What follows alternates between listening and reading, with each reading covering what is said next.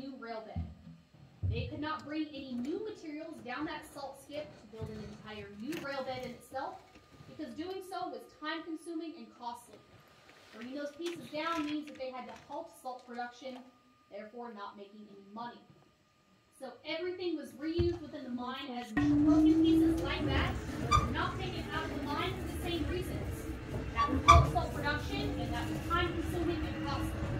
Therefore, the phrase "what comes down into the mine stays in the mine" comes into play.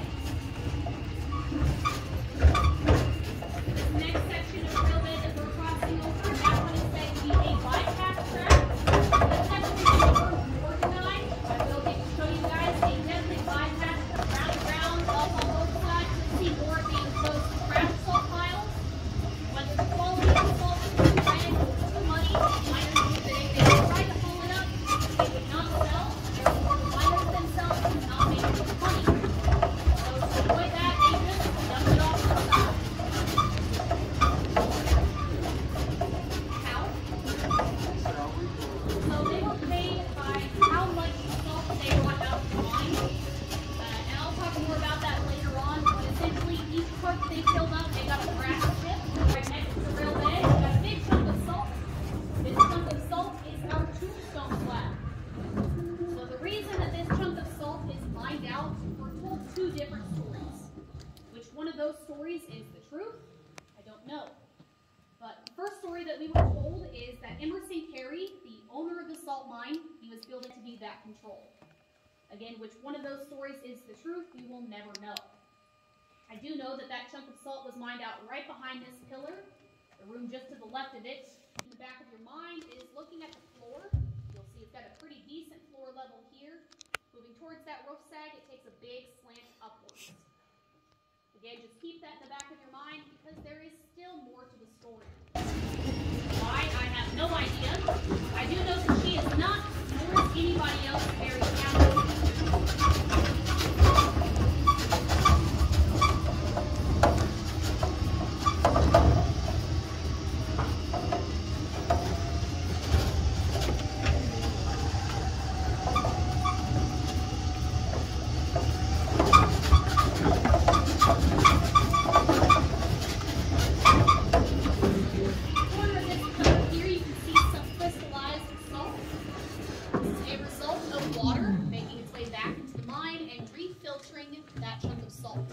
Pushing all of the impurities like mud, shale, and silt to the bottom, which creates that blackish layer, as well as all of that iron and potassium, which creates that red salt, leaving a chunk of 99% pure salt on the top. That is the purest form of salt that you can find naturally. Everything else is about 94 to 96% pure. And while all of that seems pretty good, it's still nowhere near pure enough for human consumption. So for the miners, they could not have red or muddy salt because it wouldn't sell. So finding crystal pods would have been great. The more pure salt, the more profit. Problem comes in is everywhere you find a crystal pod, you're going to have this red and muddy salt with it because you can't have one without the other. From the overloader, the undercutter, and some of them were even made by the Myron Mobile that Pontiac may have seen in a miner's life.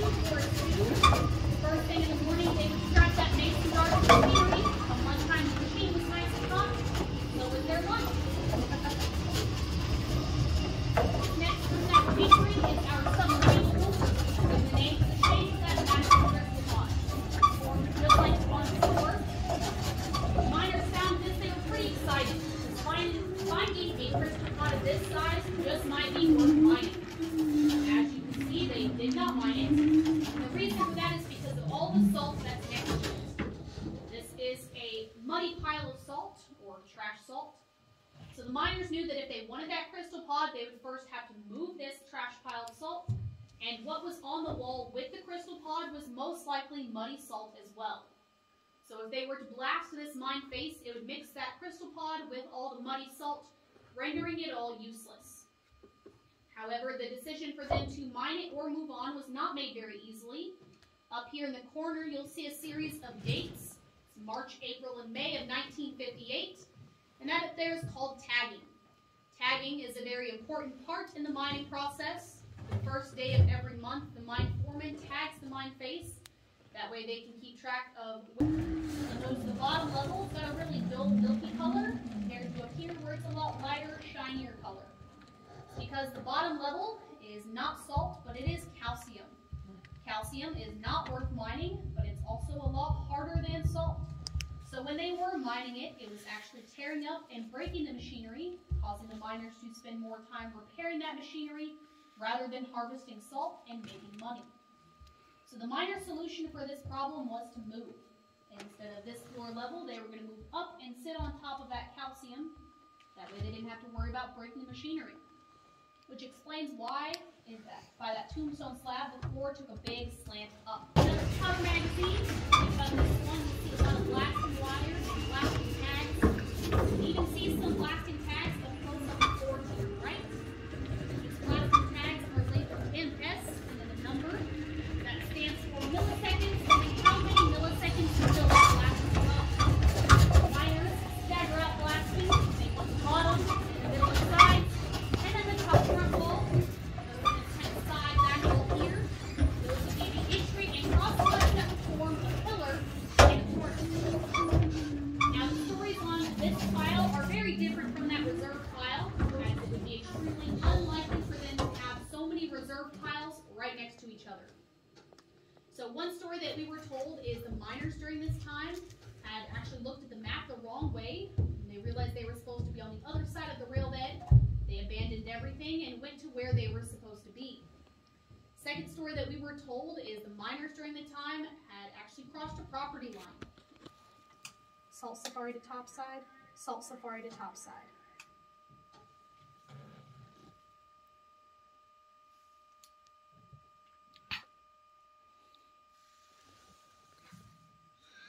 Okay, this is Carly, we're at the double shot room.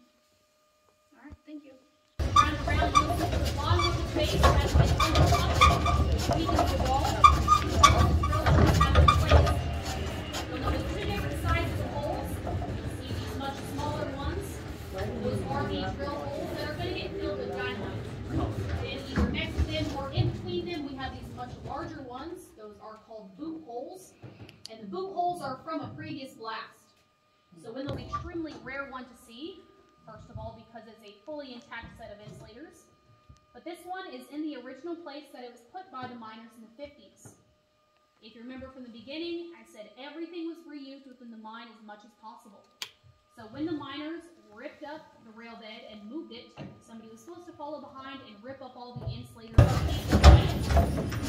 way, when the engineer while the miners drove by, they were to illuminate better and he knew where to drop everything off. Everyone being tour guests.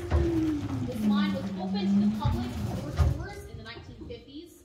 So guests like you guys and teachers could bring their kids and students, and they would be given a tour of the active mine. Now those tours were put to a stop. First of all, it's incredibly dangerous to bring a child into an active mine face, as nobody was wearing any safety gear. But secondly, given a tour of the active mine face, it was the miners that was supposed to give those public tours. So anytime they were talking to guests, teachers, and kids, they of course were not mining or harvesting salt. Therefore, they weren't making any money. It's also important to note that the mine itself was not making money. What he was photographing is that this next pillar, first glance, you might think it's that big crystal pod, but it's actually what's underneath of it. You see all that red stuff? That is not red salt. That is red anhydrite. If you remember from the beginning, I mentioned anhydrite being underneath of all of this salt, over 80 feet below us. So for us to see it at this level, red anhydrite at that, is extremely rare. Paired with a nice big crystal pot, it made for a great photo opportunity.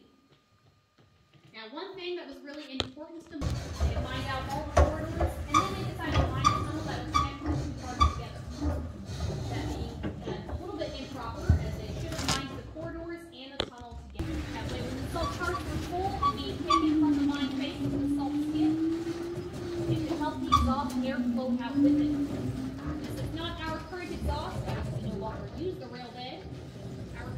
box is rerouted to the hoist. Do not cross the blue rope. Stay in between the two pillars. And of course, do not climb on the salt pile. You guys can get one rock per person, no bigger than the size of a football. I do reserve the right to veto any rock choices. You guys can carefully exit off to your right. Any questions? Now's a good time.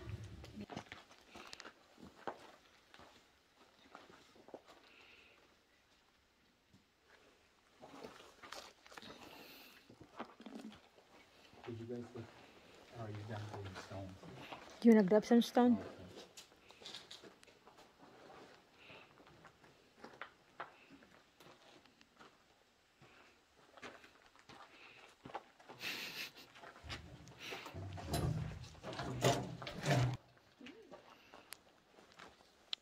Alright. What's wrong? Oh, is it dead? You are lightest. The light. Good. This seems like too much paperwork.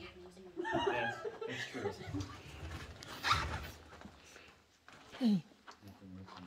Hi, guys. So will not protect your person. Salt will still suck the water through that and take it. So unless that is your goal, I would recommend putting something plastic or glass, metal plate or wood for some kind underneath that rock. Here's the left, we have a open bay. Floating right here, we go about the salt we saw on that trail.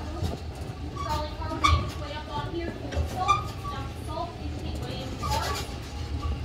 This outlet here is where the salt cars that are full will be taken out to remind you that the salt skid.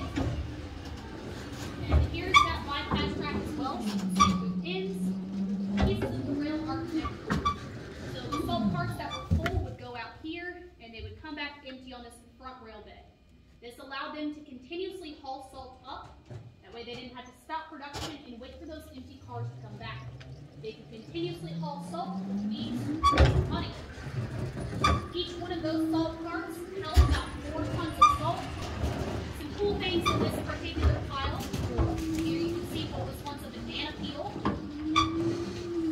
Couldn't tell. At the front we have a half-eaten sandwich still in the wrapper. Some name brand items. We've got Welch's grape juice right up there. Jolly Green Giant canned tomatoes. And then we have a lot of Libby's fruit cocktail. Canned good items like that were extremely popular down here because they didn't need to be refrigerated